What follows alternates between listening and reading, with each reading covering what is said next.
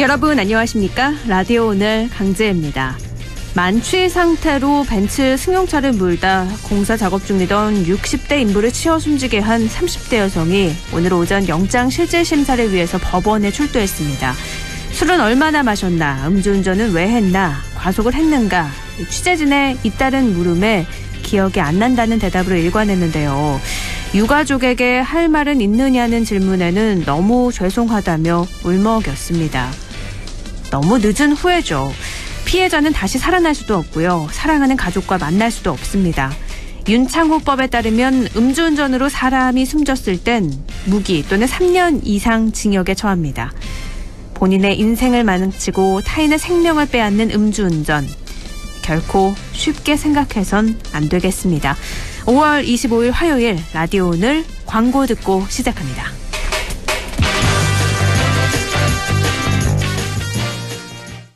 관절의 하트, 근육의 하트, 관절의 펭귄이 육근, 캐펜텍 핫. 관절의 쿨해, 근육의 쿨해, 하. 관절의 펭귄이 시원, 캐펜텍 쿨.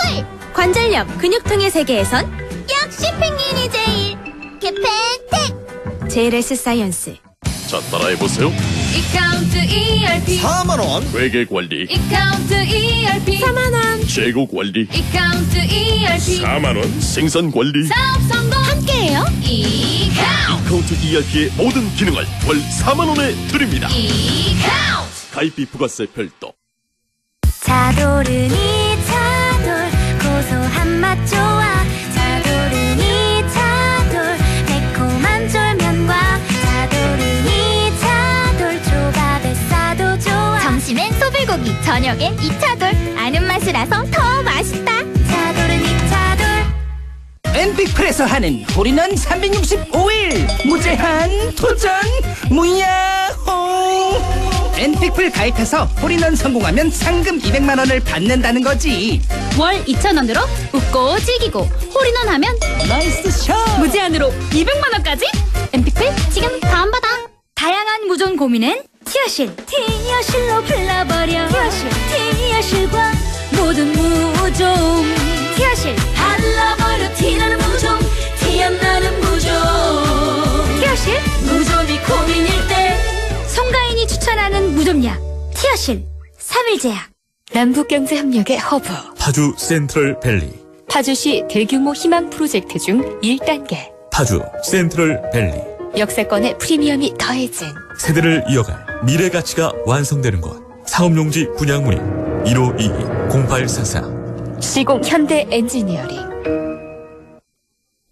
5월 25일 화요일 라디오 오늘입니다. 일부 경희사이버대 최영일 교수와 함께합니다. 한 주간의 시사 이슈 알아보는 시간이죠. 최영일의 시사 따라잡기 준비되어 있고요. 2부 이슈 오늘에선 한말 유학자들이 주고받은 편지 9천여 통이 발굴이 됐는데요. 한국국학진흥원 김순석 박사 연결해서 이 이야기 나눠보겠습니다.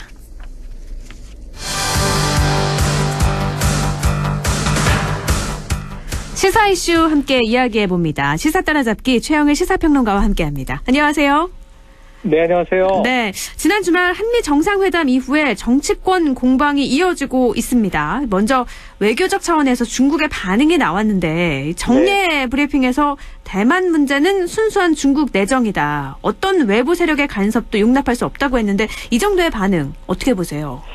네, 맞습니다. 일단은 이제 문제 제기는 공식적으로 한 것으로 봐야 되겠죠. 네. 자, 한미 정상회담에서 대만 해협의 평화 또 남중국 문제도 이제 언급이 살짝 됐습니다. 네. 일단은 이제 우리 청와대 입장이 먼저 나오는 중이었어요. 네. 일단은 공식적인 이 중국 외교부 이야기가 나오기 전에 이 주한 중국 대사가 네. 이건 아쉽다라는 표현을 썼습니다. 자, 이렇게 이제 대만 해협의 평화 문제가 거론된 점, 이건 아쉽다라고 하는 이제 이야기를 하고, 청와대는 이것은 국제사회에서 누구라도 이제 국제사회 일원이라면 원칙적으로 할 수 있는 이야기 수준이다. 일단은 이제 중국이라는 직접적인 그 국명은 거론되지 않았어요. 네, 그랬죠. 그런데 이제 이 중국 대사 이야기는 자, 중국이라고 거론하지는 않았지만 누구라도 그 타겟이 중국이라는 것은 알 수 있지 않느냐 하는 이야기를 하던 차였습니다. 네. 자, 이제 그런데 우리 청와대 입장은 중국 정부와도 소통을 하고 있기 때문에 이건 중국 정부가 양해할 수 있는 수준의 표현이다. 이렇게 이야기를 했는데, 말씀하신 대로 이제 중국 외교부는 정례 브리핑에서 이 문제에 대해서 이제 분명히 대만 양안 문제가 거론된 것은 내정 간섭이다라고 하는 입장을 했어요. 네. 하지만 이걸로 끝은 아닙니다. 그리고 중국 외교부 입장에는 이제 하지만 한미 정상회담에서 다뤄진 한반도 평화라고 하는 것은 중국도 이제 지지하고 있는 문제이다라고 또 이야기를 합니다. 네. 그래서 이제 우리 외교부 또 이제 청와대에서는 중국의 이야기를 잘 들어보면 결국은 이제 내정 간섭이고 거기서 불장난이라는 표현이 나오게 되는데 이거는 이제 미국에 대해서 종종 쓰는 이야기입니다. 네. 최근에 이 남중국해에 미국 군함이 이제 지나가는 상황에서도 이제 그 불장난을 하지 말아야 한다. 그리고 또 선을 넘지 말아야 한다 이런 얘기를 했거든요. 네네. 그래서 이제 이런 표현들을 주로 이제 이 위험에 대한 경고로 중국이 쓰고 있었는데 이번에도 이제 불장난을 해서는 안 된다라는 표현이 이제 들어가면서 이야기가 나왔던 그런 상황입니다. 네. 자, 그런데 이제 외교가에서는 중국은 요거 문제 삼을 거라고 생각을 했다. 반응을 안 하고 넘어가진 않을 것이다.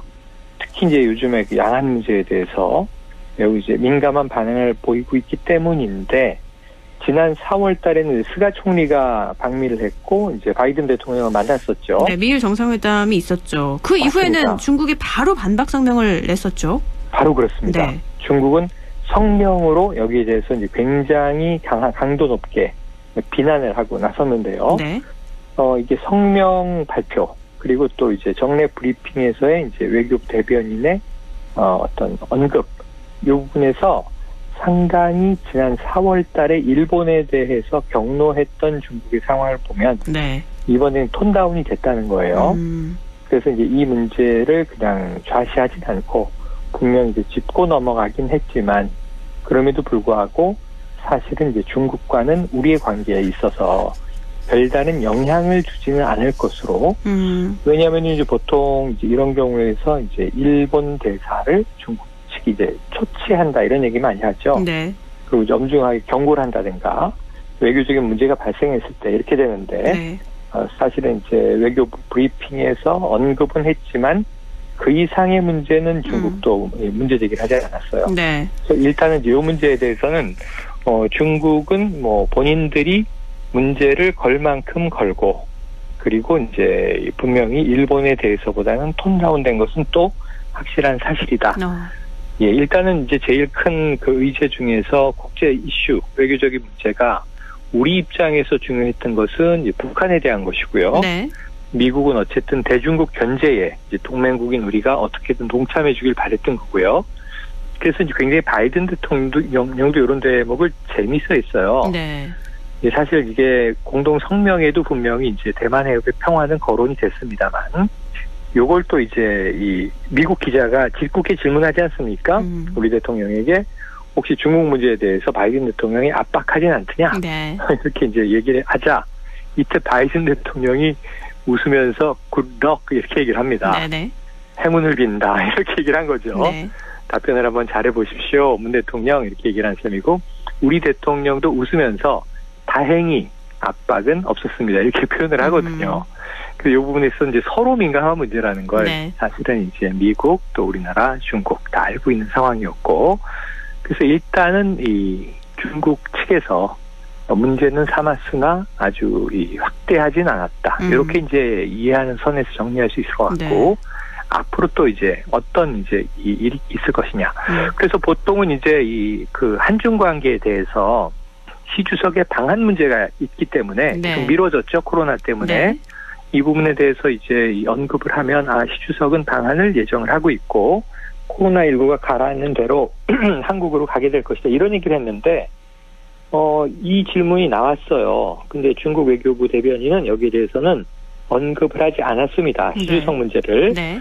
그래서 이제 조금 이제 어쨌든 이 부분은 중국은 이제 심각하게 생각한다라는 외교적인 제스처는 충분히 이제 표하게 된 것 같습니다. 이 미사일 문제에 대해서도 한반도 문제라고 크게 반박하진 않았죠. 네, 맞습니다. 그러니까 이제 그 미사일 문제에 대해서는 중국이 문제 제기를 하면 외교적인 문제가 될 수 있는 사안인데 네네. 아직까지는 이제 미사일의 이제 사거리와 그리고 이제 중량을 제한을 이제 완전히 푼 거죠. 네. 그래서 한미 미사일 지침은 이제 종료가 되고 역사 속으로 사라지게 된 겁니다. 네. 그 부분에 대해서 중국이 대대적인 문제 제기는 하지 않았다라고 봐도 무방할 것 같습니다.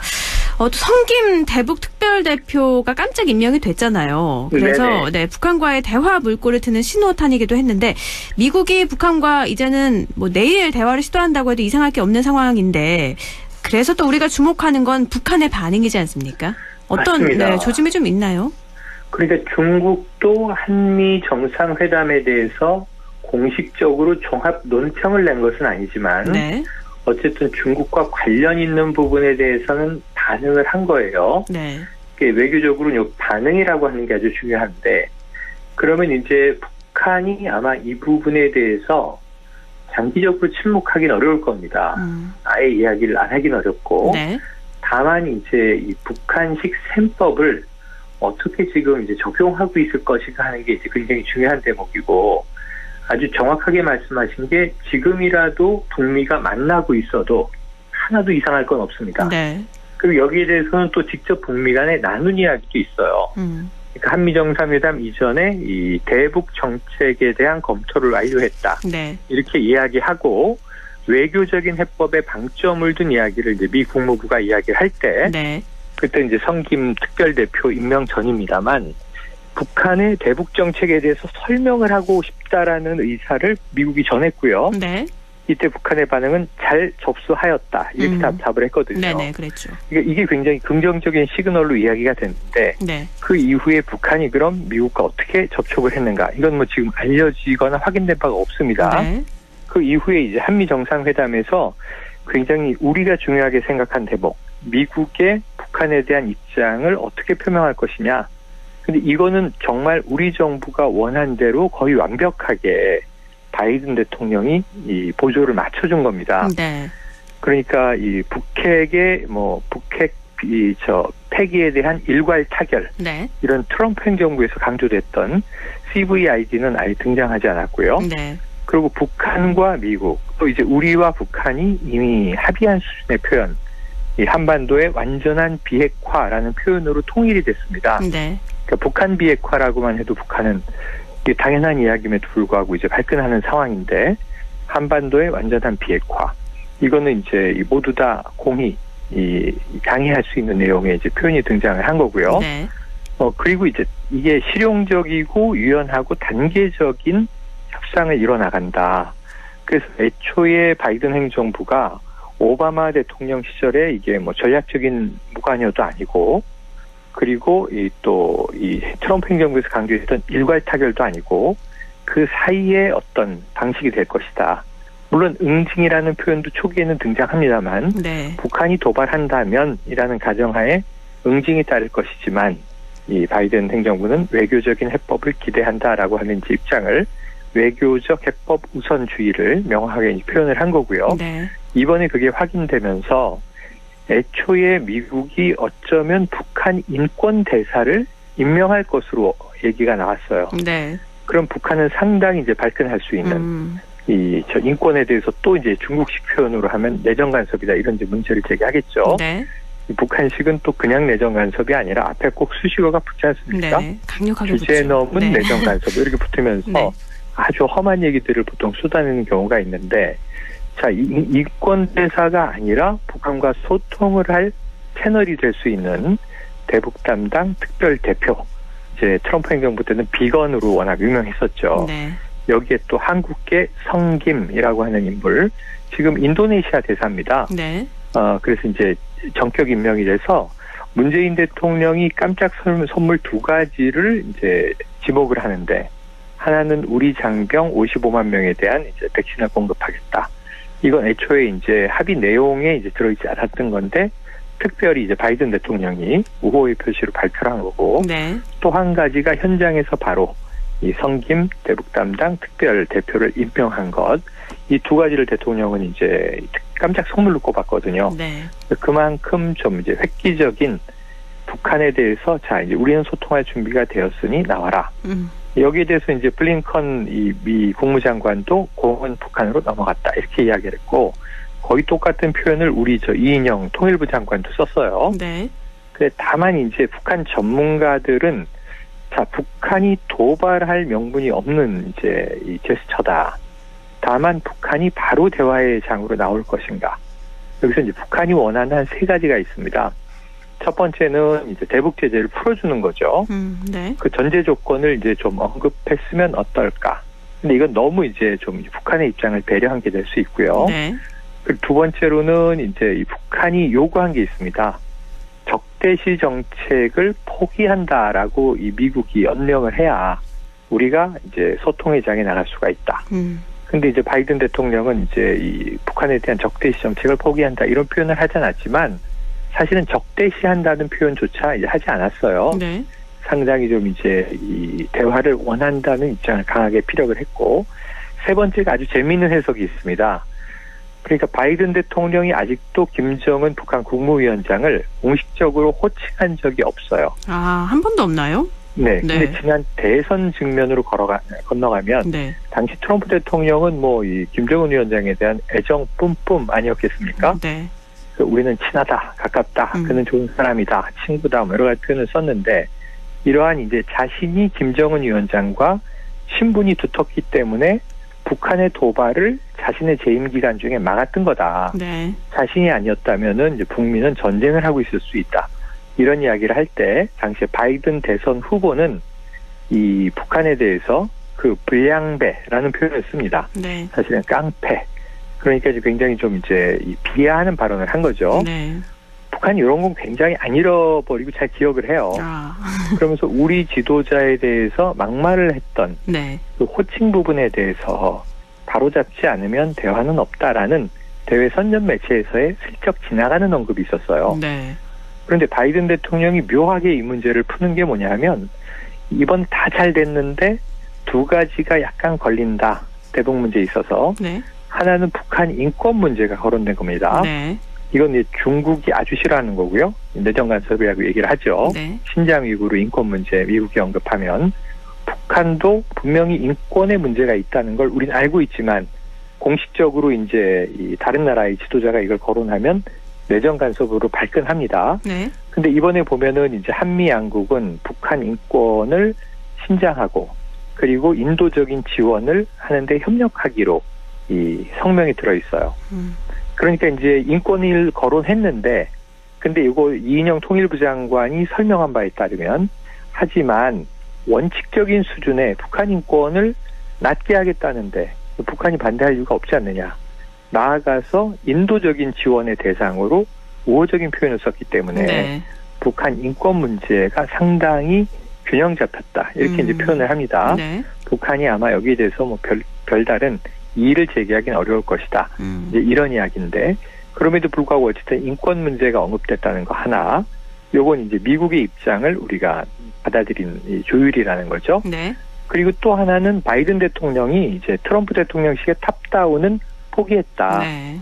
그러니까 이제 이 김정은 북한 국무위원장을 만나는 것은 그가 선제적으로 핵을 내려놓겠다라고 하는 의지를 확인한 이후나 될 것이고 그 전에 그를 만나는 일은 나의 최고 순위가 아니다. 네. 상당히 후순위다 이렇게 이제 표현을 합니다.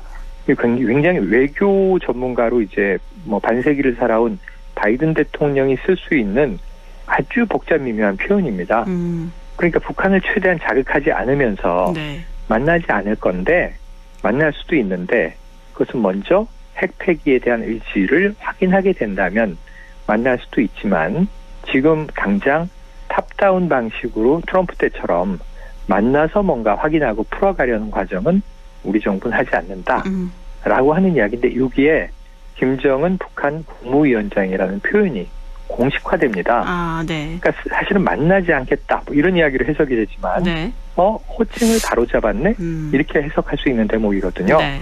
그래서 이제 굉장히 이제 고도의 시그널들이 여러 군데 숨어 있게 되는데 이런 부분에 있어서 이제 북한의 대응이 안 나오기는 어렵다. 그런데 이제 지금 벌써 지난 이제 토요일 낮부터 이 발표가 많이 보도됐고 오늘 벌써 화요일이 지나고 있기 때문에 한 사흘째 북한은 침묵하고 있거든요. 네. 자, 언제 어떤 이제 반응이 나오게 될지. 뭐 내일 새벽에 노동신문이나 조선중앙통신을 통해서 또는 대외선전 매체를 통해서 어떤 이제 미국에 대한 언명이 나오더라도 전혀 이상하진 않은 상황인데 어떤 반응이 제일 처음에 나올 것인가. 네. 경우의 수는 다 있어요. 일단은 뭐 비판 일색으로 먼저 이야기할 수도 있고 네. 다만 군사 도발을 하기에는 북한의 명분은 없고 그 다음에 이제 그 중간적인 대화를 원하는데 또 조건을 제시하는 방식이 될 것인지 혹은 지금 이제 공식적인 표현이 나오고 있지 않지만 뉴욕 채널과 같은 물밑 소통 채널이 이제 가동되고 있을지 또는 이제 성킴 이제 특별 대표 입장에서는 어떤 이제 접촉을 준비하고 있을 것인지. 네. 사실 성킴 대표는 싱가포르 합의를 이끌어낸 주역이거든요. 네네. 그때만 해도 이제 실무진의 리더로 카운터파트가 북한의 이제 지금은 외무상이죠. 최선이 이제 외무상이었습니다. 그러니까 이제 그런 부분에서는 조금 더 기대치를 높여도 좋을 것 같다라는 것이 외교 전문가들의 분석입니다. 네, 뭐 북한의 입장이 나오면 표면적인 내용도 살펴보고요. 또 그 속에 담긴 행간도도 살펴봐야 그렇습니다. 좋을 것 같습니다. 네. 또 이번 정상회담과 관련해서 문재인 대통령은 최고의 순방이었고 최고의 회담이었다 이렇게 또 평가를 했는데, 네네. 회담 직후에 비해서 지금 야권의 평가는 뭐 소리만 요란한 빈수레다, 성과 30에 실망 70이다, 점점 부정적이 되고 있어요. 네네, 맞습니다. 네. 그러니까 이게 처음 나왔을 때는 보수 매체들도 국내에서는 한미 동맹을 굳건히 했다. 사실은 회담 직전에 이제 이 참전 용사에 대한 명예훈장 수여식에도 외국에 이제 정상으로는 최초로 참석하는 또 영예가 있었거든요. 네. 그런데 사실은 그 이제 예비역 대령에게 명예훈장을 바이든 대통령이 수여할 때 사실 그 유교에 참전했던 용사이기 때문에 우리 대통령이 현장에 있는데 참석하는 것도 매우 자연스러운 모습이었어요. 네. 그리고 이제 이 연로한 노병의 양국의 대통령이 한쪽 무릎을 이제 꿇고 나란히 이제 그 눈높이를 맞춰서 사진을 찍은 것도 굉장히 이제 감동적인 장면이었습니다. 네. 여기에 대해서 이제 국내 매체들도 호평이었고 전반적으로 야당이 뭐 여당은 이거 정말 극찬을 하더라도 야당이 이제 비판보다는 한 절반의 성공이다. 완벽하진 않았지만 꽤 했다. 이런 평가가 초기 나왔었는데 네. 이 하루하루 갈수록 이제 비판이 조금 험해졌습니다. 네, 왜 그런 거예요? 예, 그러니까 이제 왜냐하면은 야당 입장에서는 지금 대선이 이제 9개월여 남은 상황 아니겠습니까? 네네. 문재인 대통령 임기는 1년도 남지 않았는데 성과가 너무 좋으면 야당이 밀리는 거죠. 아, 네. 여기에 대해서는 당연히 이제 뭐 정장의 차원이라기보다도 여야의 기싸움이 들어가서 어떻게 보면은 뭐 100% 완벽할 수는 없으니까 성과보다는 흠집을 이제 비판하는 것도 야당의 권리이고 역할인데. 네네. 자, 문제는 이제 일부 매체와 더불어서 이게 좀 과도한 게 문제예요. 과도하게 비판된 건 이런 대목입니다. 44조 원을 퍼주고 55만 명분밖에 못 가져왔나. 그러니까 이게 백신과 반도체를 이제 주고받는 딜을 했다는 건데 네. 우리나라의 4대 대기업이 가서 현대차, 삼성, LG, SK가 어쨌든 미국에 44조 원 투자를 이제 하겠다라는 약속을 하고 온 거 아니겠습니까? 네네. 바이든 대통령은 굉장히 큰 선물을 받은 게 사실인데 거기에 대한 대응 이제 이 아이템으로 우리가 기대했던 백신 이슈는 사실은 아까 말씀드렸던 이제 우리나라 국군 장병 55만 명에게 백신을 이제 보급하겠다는 깜짝 선물이 이제 나온 정도인데 네. 사실은 애초에 제가 말씀을 많이 드렸었는데 이게 정상회담에서 뭐 화이자나 모더나 1,000만 명분을 주겠다, 2,000만 명분을 주겠다. 이런 얘기는 애초에 나올 수가 없는 상황이었어요. 네. 이렇게 할 수가 없죠. 왜냐하면 미국이 주로 이제 이러한 그 mRNA 백신의 지금 종주국이고, 네. 미국 내부터 이거를 이제 어떻게 뿌려서라도 집단 면역을 하겠다라는 게 바이든 대통령의 추진 목표고, 오는 7월 4일 이제 미국 독립기념일인데, 그때까지 이제 미국 국민의 이제 70%가 접종을 마치고 집단 면역을 완성하겠다. 여름까지 끝내겠다. 이게 목표거든요. 네. 그런데 지금 인도 같은 쿼드 동맹국입니다. 인도는 그런데 이제 인도가 굉장히 심각한 상황 아니겠습니까? 네네. 그 외에 이제 더 힘든 나라가 많죠. 그러니까 미국이나 글로벌 관점에서 본다면 대한민국은 방역을 굉장히 잘하고 있고 지금까지 총 확진자 수나 사망자가 굉장히 낮은 이 모범 방역 국가에 속할 뿐만 아니라 우리 내부에서는 백신이 모자라다, 백신 접종이 늦다라고 이야기하지만 사실은 그렇지는 않습니다. 아시아에서는 접종률이 가장 빠른 나라거든요. 그리고 이제 글로벌 표준으로 보면은 글로벌 평균을 따라가고 있는 수준이거든요. 네네. 그러니까 외국 입장에서는 대한민국이 방역이나 백신에서 긴급한 위기 국가가 아니에요. 그런데 미국이 지금 이제 우리 우방인 한국이 바이러스 때문에 너무 고통이 크니까 우리가 백신을 뭐 어떻게 지원하겠다. 이건 이제 원조라고 부르는 일이죠. 네. 근데 우리가 이제 미국의 원조를 받을 수준의 국가는 지금 아니다. 방역 차원에서도 네네. 백신 차원에서도. 그래서 오히려 더 크게 푼 것이 뭐냐 하면 이 백신에 대한 파트너십이잖아요. 네, 그렇죠. 중장기적으로 대한민국을 자국의 백신을 공급하는 것뿐만 아니라 인도 태평양 지역의 글로벌 허브로 바이오 산업 2위 국가인 한국에 미국의 백신 기술을 이전을 해서 수억 회분의 백신을 만들어서 이 세계의 바이러스의 불을 좀 끄는데 기여하는 나라로 미국이 파트너로 삼겠다. 정부 차원의 백신 파트너십은 우리나라가 최초인 나라입니다. 네. 그래서 그 이후에 이제 모더나 등과 만나서 지금 이제 우리나라의 삼성바이오로직스는 사실 2달 만에 모더나 백신을 국내에서 출하할 수 있는 논의가 이루어졌던 거고요. 네네. 여기에 대해서도 또 좀 폄훼가 있어요. 있어요. 원액은 단순히, 스위스에서 만드는데 네. 결국 삼성 같은 대기업이 원액을 그대로 수입하다가 병에다가 집어넣고 포장만 해서 유통하는 거 아니냐. 네. 삼성의 자존심이 상하지 않겠느냐. 근데 문제는 이게 많은 전문가들은 굉장히 중요한 대목이다. 가장 빠르게 국내에서 백신을 유통할 수 있는 방법이고 두 번째로는 여기서 시작을 하지만 삼성 바이오로직스의 수준이라면 모더나와 함께 이제 어떤 지적재산권 원액을 생산하는 데까지 가장 빨리 도달할 수 있으며 네. 삼성은 지금 연구개발에 대한 구체적인 협약이 이루어지지 않았지만 그걸 정부가 대신합니다.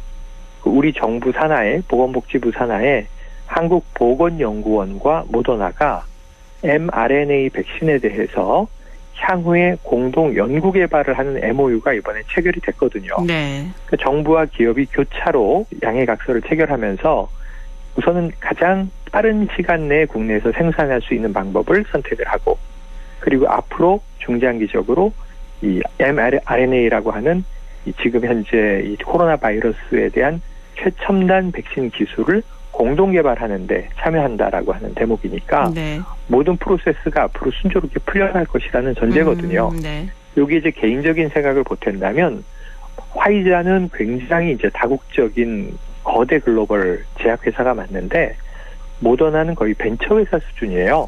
네. 이걸 미국이 강력하게 지원을 하면서 mRNA 백신을 개발하도록 이제 선투자를 해서 이끌어왔는데 그러니까 모더나는 생산 기반을 가지고 있지 않는 회사입니다. 네.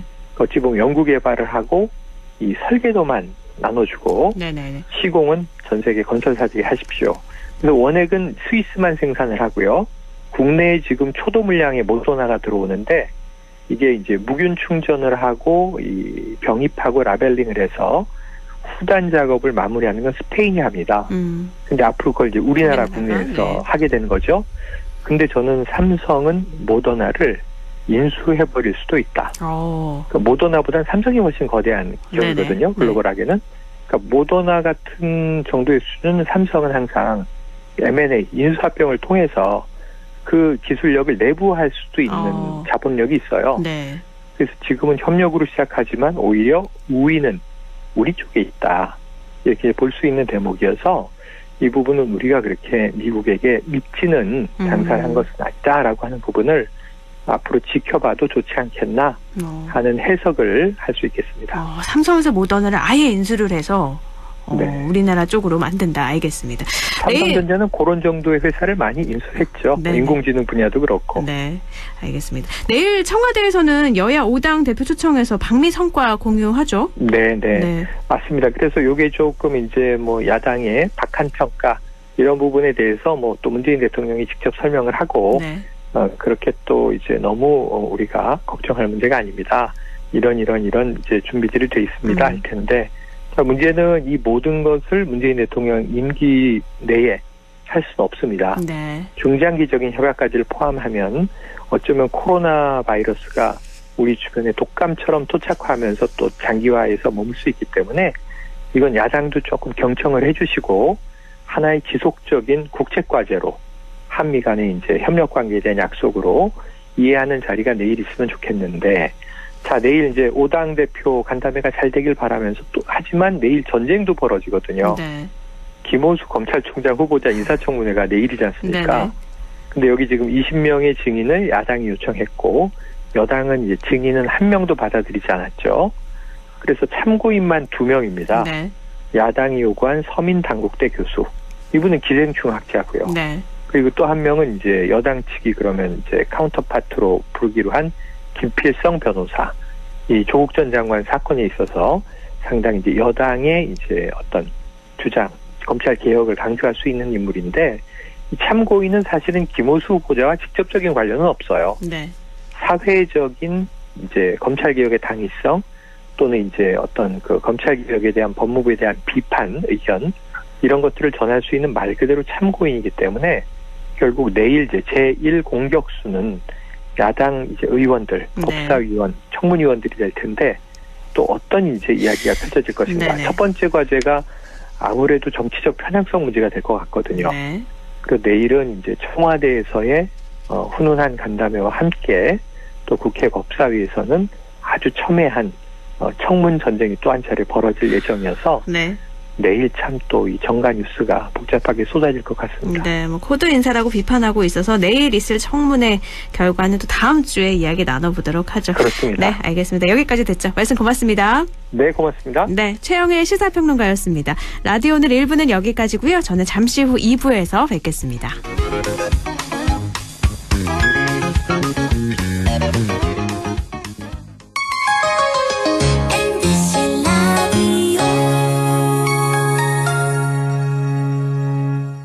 할인점보다 더 실속 있고 편의점보다 더 편리하게 살 수 있는 곳, 시장보다 더 정이 넘치고 백화점보다 더 품격 있는 곳, 이런 곳이 없을까요? 네, 우리 동네 우리 할인점 홈마트가 있습니다.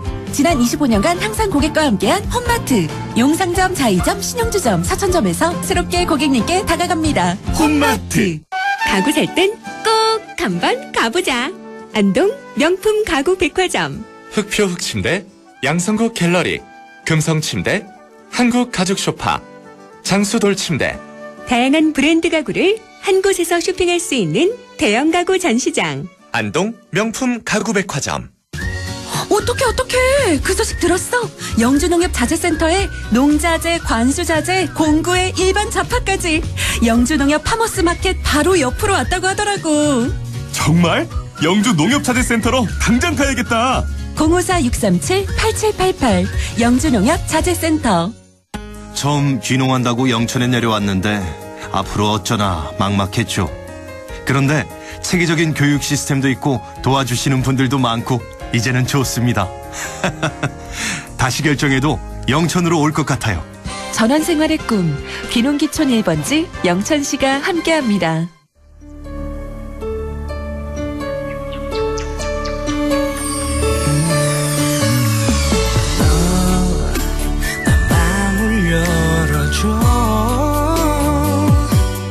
다가가 나 속삭이도록 언제나 내 생각으로 행복해야 해요. MBC Radio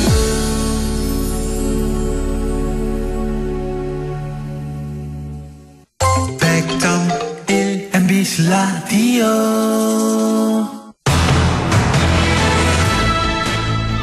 라디오 오늘 2부 순서 이슈 오늘입니다.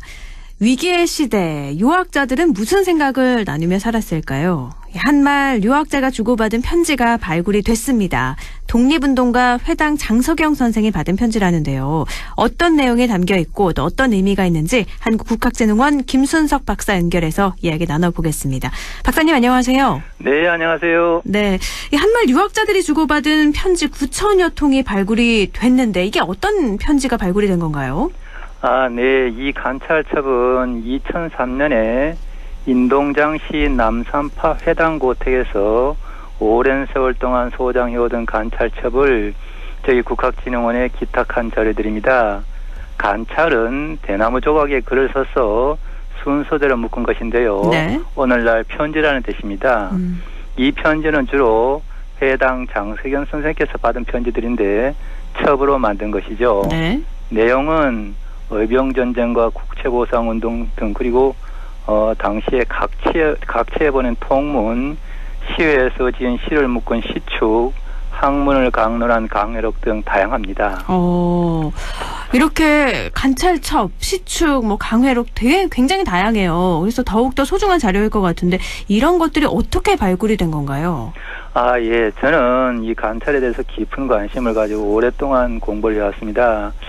얼마 전에 자료실에 들려서 학예사분들과 이야기를 나누던 중에 네. 관찰에 가는 이야기가 있었습니다. 그 가운데서 인동장시 회당 고택에서 기탁된 많은 관찰첩이 있다는 이야기를 듣고 네. 그래서 살펴보기 시작했고 오늘 이 관찰첩들을 발견하게 된 겁니다. 그럼 어딜 살펴봐서 이 첩들이 딱 나온 거죠? 예, 그런 거죠. 회당 고택에서 며칠 전에 한 일주일쯤 지났죠. 예. 네네, 알겠습니다. 그러면 이런 관찰첩들 굉장히 소중한 자료들이잖아요. 예. 어떤 의미라고 좀 받아들이면 되나요? 이 관찰첩들 속에는 19세기 후반부터 20세기 초반에 걸쳐서 당시 지식인들이 시대인식, 지역사회 민심의 동향, 서양에 대한 인식 등을 알 수 있는 아주 귀중한 자료들이죠. 이게 대개 이승희 선생이 받은 편지글을 따로 모아서 대개 첩으로 또 묶어뒀다고 하더라고요. 예, 그렇습니다. 네, 두 분의 인연이 남달랐던 것 같은데 이승희, 장석영 선생 어떤 분들이셨나요? 예. 이 편지를 잘 이해하기 위해서는 이 두 분이 어떤 분이셨고 그 관계가 어떠했느냐를 아는 것이 중요하죠. 네. 이승희 선생님은 호를 대계 또는 한계라고 하고요.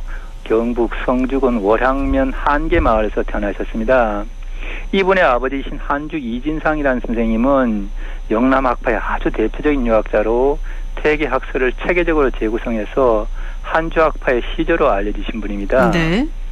이승희 선생은 1870년대에 곽종성, 장석영 같은 분들이 아버지의 문화에 들어오자 이분들과 깊이 교류하면서 학문을 강론했습니다. 그런데 이분은 1908년 나라가 위기에 처하자 러시아 블라디보스토크 망명을 하셨어요.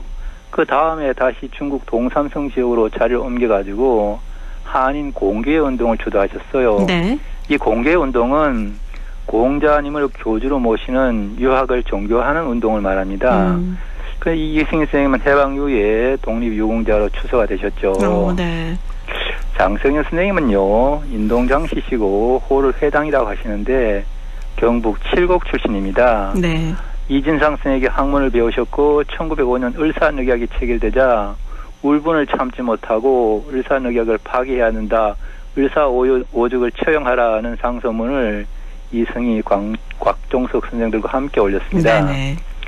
이분은 1907년 대구에서 국채보상운동이 일어나자 이게 전국적으로 이제 파급될 때 칠곡지역 국채보상운동 회장으로 추대가 돼요.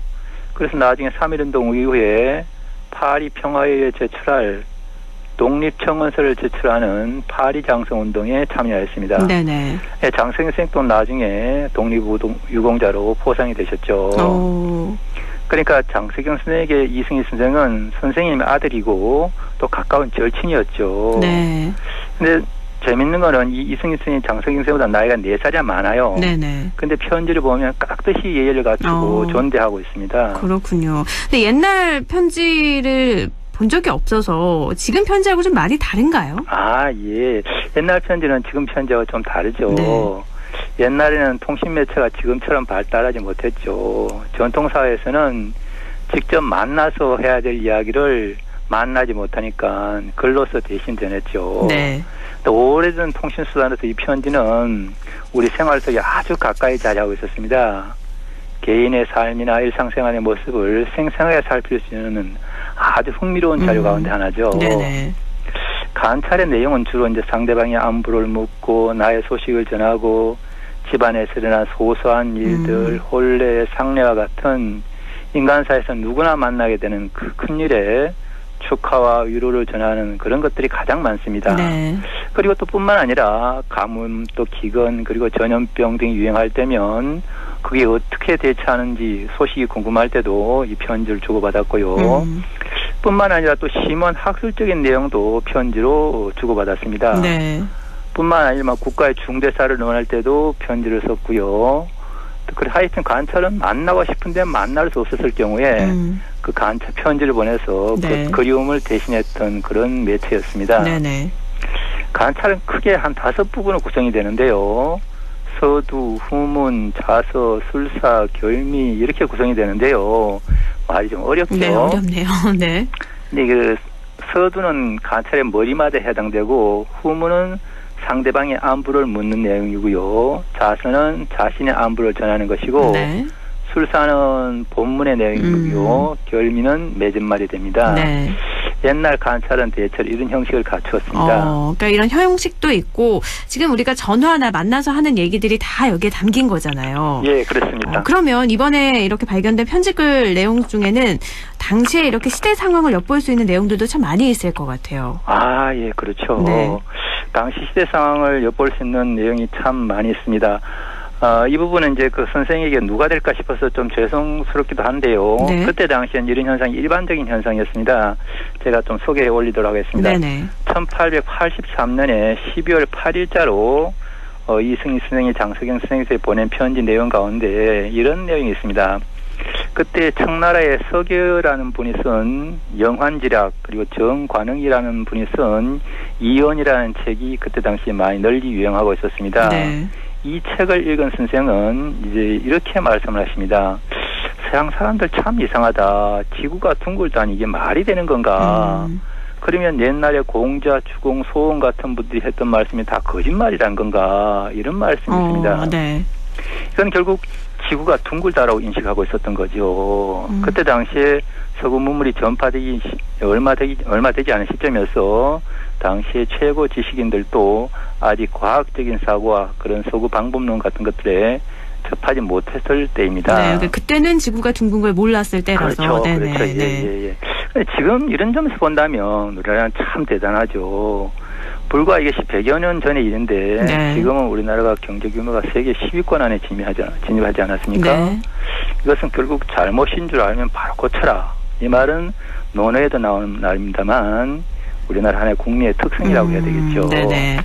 그때 상황을 조금 엿볼 수 있는데 이게 관찰첩이라는 게 편지글이라고 하셨잖아요. 예. 이게 편지를 묶어서 책으로 만들어둔 건데 편지글을 묶어서 책으로 보관하는 게 예전에는 흔한 일이었나요? 아, 예, 그럼요.